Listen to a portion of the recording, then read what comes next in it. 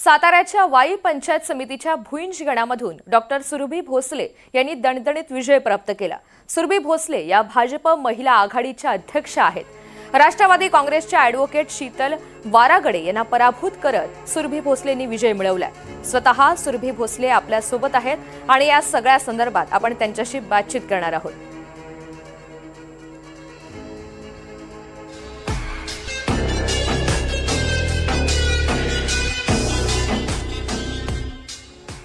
तर साताऱ्याच्या वाई पंचायत समितीच्या भुईंज गणामधून डॉक्टर सुरभी भोसले यांनी दणदणीत विजय प्राप्त केलेला आहे। सुरभी भोसले या भाजप महिला आघाडीच्या अध्यक्षा सुद्धा आहेत आणि या राजकीय प्रवासामध्ये आता त्यांना एक मोठं यश मिळालंय। त्यांच्या समोर राष्ट्रवादी काँग्रेसच्या उमेदवार होत्या ॲडव्होकेट शीतल वारागडे आणि त्यांना पराभूत करत इथे त्यांनी विजय मिळवलेला आहे। या सगळ्या संदर्भात आपण त्यांच्याशी बातचीत करणार आहोत। तर वाई पंचायत समितीच्या भुईंज गणामधून भाजप महिला आघाडीच्या अध्यक्षा सुरभी भोसले विजयी झाल्या आणि या सगळ्या संदर्भात त्या बोलण्यासाठी आलेल्या आहेत। सुरभीजी नमस्कार, एनडीटीव्ही मराठीवर आपलं खूप खूप स्वागत आहे आणि अगदी सुरुवातीला तुमचं अभिनंदन।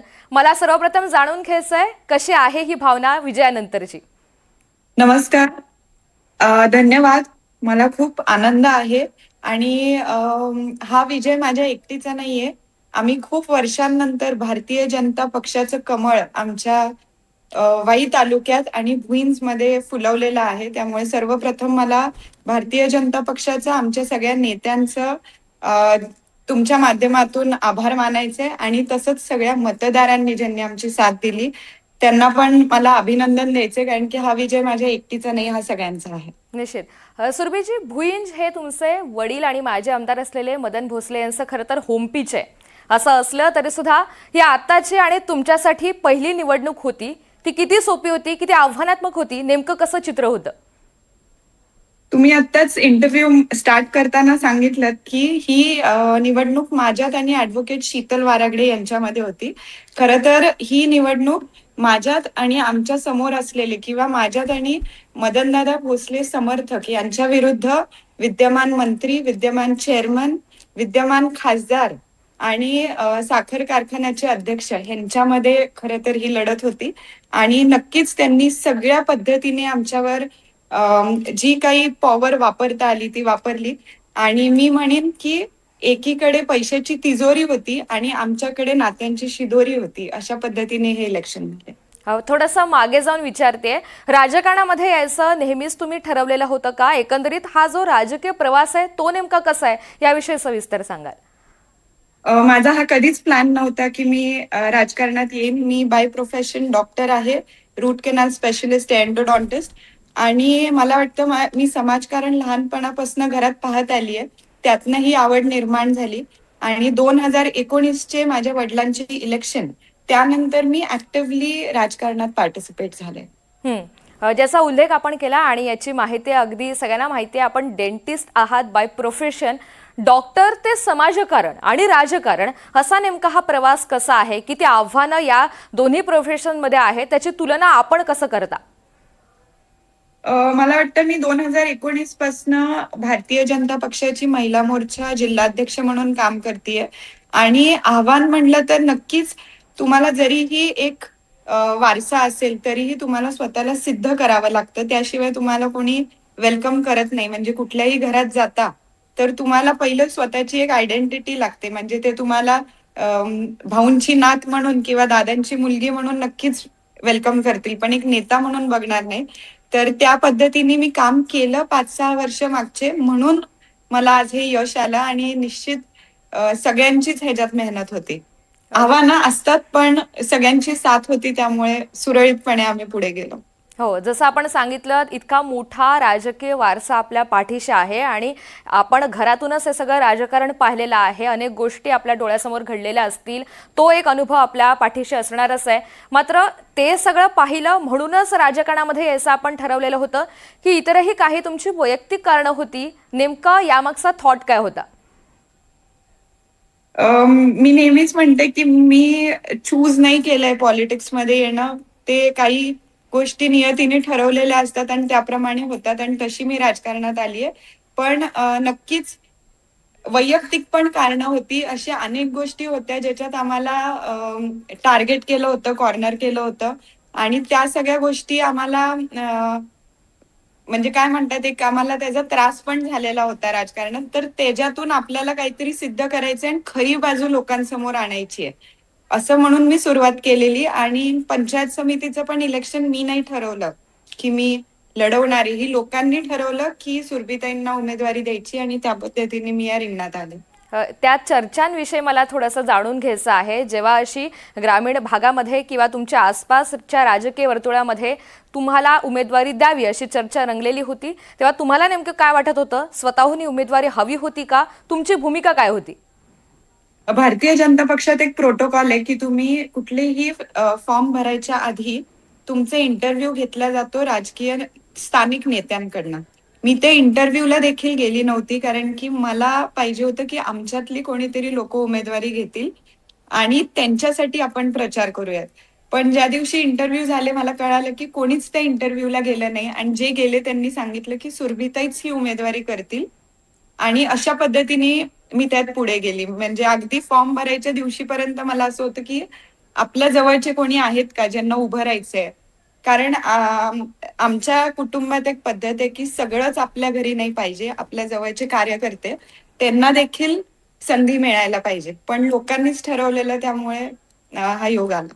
आपल्या बोलण्यातून मगाशी सुद्धा आलेलं होतं की जेव्हा आपण या सक्रिय राजकारणामध्ये आहात तेव्हा असे अनेक प्रसंग घडलेले आहेत जिथे टीका टिप्पणीला आपल्याला सामोरं जावं लागलं आणि हे साहजिक आहे. राजकारणामध्ये अनेक आरोप प्रत्यारोप होतात, घराणेशाहीचे आरोप होतात, ते सुद्धा झालेले असतील. या सगळ्याचा सामना आपण कसा करता? टीका टिप्पणीला उत्तर द्यावं कसं द्यावं या सगळ्याचा विचार नेमका तुम्ही कसा करता? सर्वप्रथम मी सांगेन, की मी पूर्ण इलेक्शनमध्ये जी माझी ऑपोजिशन कॅन्डिडेट होते त्यांच्यावर एकदा सुद्धा टीका टिप्पणी केली नाही, कारण की मला गरज भासली नाही. मी गेले 5-6 वर्ष काम करतेय. मी भारतीय जनता पक्षाचे जे काही धोरण आहेत ते खालीपर्यंत नेतीये, तळागाळापर्यंत पोहोचवतीये आणि मी स्वतःनी सक्रिय काम करून आमच्या दोन्ही मंत्री महोदयांच्या माध्यमातून निधी आणलेली आहे आमच्या भागासाठी. त्यामुळे मला कोणावर टीका टिप्पणी करायची गरज पडली नाही. पण एक झालं, आमचे इलेक्शन होते पंचायत समिती आणि जिल्हा परिषदेचे आणि समोरचे जे ऑपोजिशनचे नेते होते ते एकच कारखान्यावर बोलत राहिले. त्यामुळे मला सोपं गेलं, की इलेक्शन वेगळं होतं, तुम्ही टार्गेट वेगळ्या गोष्टी करतायत आणि या पूर्ण प्रक्रियेत वैयक्तिक माझ्यावर कुठल्याच टीका टिप्पणींसाठी काही चान्सच नव्हता. सुरभीजी, खरं तर साताऱ्यामध्ये भाजप जिल्हा महिला मोर्चाच्या अध्यक्षा म्हणून आपण कार्यरत आहातच. असं असताना पंचायत समितीची निवडणूक नेमकी का लढवावी वाटली? त्यामागचा नेमका काय विचार होता मग? मला असं वाटतं, की भारत देशाचा कणा हा ग्रामीण भाग आहे आणि दुसरं म्हणजे माझ्या आजोबांनी जे खासदार राहिलेत, जे मंत्री राहिलेत, त्यांनी त्यांची सुरुवात गावचे सरपंच म्हणून सुरू केलेली. त्यामुळे अगर समज आपल्याला तळागाळापर्यंत पोचायचं आहे, जर का आपल्याला स्वतःची एक टीम उभारायची आहे, तर मला वाटतं पंचायत समिती एक खूप चांगलं माध्यम होतं, ज्याच्यापासून मी सुरुवात केली आणि ग्रासरूट पासून सुरू करणं कधीही जास्त उपयोगी ठरतं लॉंग रन मध्ये मला वाटतं. अगदी खरं आहे. आणि त्याच्याच म्हणजे ग्रामीण भागाचा हा विषय निघालेला आहे आणि तुम्ही तिथे काम सातत्यानं करता आहात. गावखड्याचे प्रश्न असतील, महिलांचे प्रश्न घेऊन तुम्ही अनेकदा मंत्रालयामध्ये धडक दिले, हे आम्ही सुद्धा पाहिलेलं आहे. आणि तो नेमका प्रवास कसा होता, त्याची कितपत मदत झाली या सगळ्या निवडणुकीच्या कालावधीमध्ये आणि ही निवडणूक लढवत असताना? नक्कीच मी जे आधी काम केलंय किंवा आमचे जे नेते मंडळी आहेत त्यांनी मला वेळोवेळी मार्गदर्शन केलंय. अगदी आपले मुख्यमंत्री देवेंद्रजी फडणवीस यांनी मला वेळोवेळी मार्गदर्शन केलेलं आहे. आपले मंत्री महोदय आहेत, मी त्यांच्याकडे वेगवेगळे विषय घेऊन गेलीये. त्यामुळे पूर्ण इलेक्शन मध्ये मला कुठला प्रश्न विचारला तर मला कुठले कागदपत्र बघून मग उत्तर द्यावं किंवा मी अचानक आलीये आणि मला काहीच माहित नाहीये अशी परिस्थिती नव्हती. मदन दादांचं डेफिनेटली मला मार्गदर्शन वेळोवेळी व्हायचं आणि अनेक नेते मंडळींनी सुद्धा मला हा सल्ला दिलेला, की तू पंचायत समितीपासून सुरू कर. जरीही आपल्याला वाटतं की हे खूप म्हणजे आपल्या जवळच्या लोकांना किंवा आपले जे सहकारी आहेत त्यांना मिळणारे हे इलेक्शन तरी सुद्धा मला आनंद आहे की त्यांचं सजेशन मी घेतलं आणि इथनं सुरुवात केली. या मुलाखतीच्या शेवटाकडे आपण आलेलो आहोत सुरभीजी. त्यामुळे हा अगदी छोटा प्रश्न माझा की आता पंचायत समितीमध्ये प्रवेश झाल्यानंतर पुढील वाटचाल नेमकी कशी असेल, नेमकं आपलं काय विजन आहे आणि ज्या समस्या आपल्याला वाटतात आपल्या प्रभागामध्ये आहेत त्या नेमक्या तातडीनं सोडवण्यासाठीचे नेमके प्रयत्न कसे असतील? मी हे माझ्या अनेक इंटरव्ह्यूज मध्ये सांगितलेलं आहे. मला 2-3 गोष्टींवर आवर्जून काम करायचंय. एक म्हणजे मुलांचं एज्युकेशन. मला वाटतं आपल्या सगळ्या जिल्हा परिषदेच्या ज्या शाळा आहेत त्या डिजिटलाइज झालेल्या आहेत, पण त्यांच्याकडे as basic as high speed internet अजून आलेलं नाहीये गावोगावी. आणि मला वाटतं ते आलं तर एज्युकेशन अजून सुरळीत होईल. जे आमचे मेन गावं आहेत तिथे फ्लायओव्हर म्हणजे भुईंजमध्ये एक मोठा फ्लायओव्हर आहे, तिथे एक मोठं बाजारपेठ आहे आणि दर शनिवारी तिथे मोठं बाजार भरतं. तर मला वाटतं त्या पुलाच्या खाली एक चांगलं पार्क असावं, शौचालय असावी, ॲज बेसिक एज दॅट. पण ह्या खूप मोठ्या गोष्टी आहेत लॉंग रन मध्ये. आमचे जे वाड्या वस्त्या आहेत तिथे अजून बसची सुविधा नाहीये, त्यामुळे मुलींना शाळेला यायला त्रास होतो. आणि आरोग्याच्या दृष्टीने बोलाल तर माझा असा प्रयत्न राहील की आरोग्याच्या दृष्टीने आपल्याला अधिकाधिक काय गावागावांपर्यंत पोहोचता येईल. तर या काही 3-4 गोष्टी आहेत याच्यावर मी जास्त प्रामुख्याने काम करेन. अगदी. या गेल्या 1.5-2 वर्षांच्या कालावधीमध्ये आपला जनसंपर्क हा प्रचंड वाढलेला होता. हे सगळ्यांनीच पाहिलं. अगदी वाहीसह साताऱ्याने सुद्धा हे चित्र पाहिलेलं आहे आणि त्याचंच यशामध्ये रूपांतर झालं असं खऱ्या अर्थानं म्हणता येईल. पुढील वाटचालीसाठी सुरभीजी तुम्हाला खूप खूप शुभेच्छा. थँक्यू.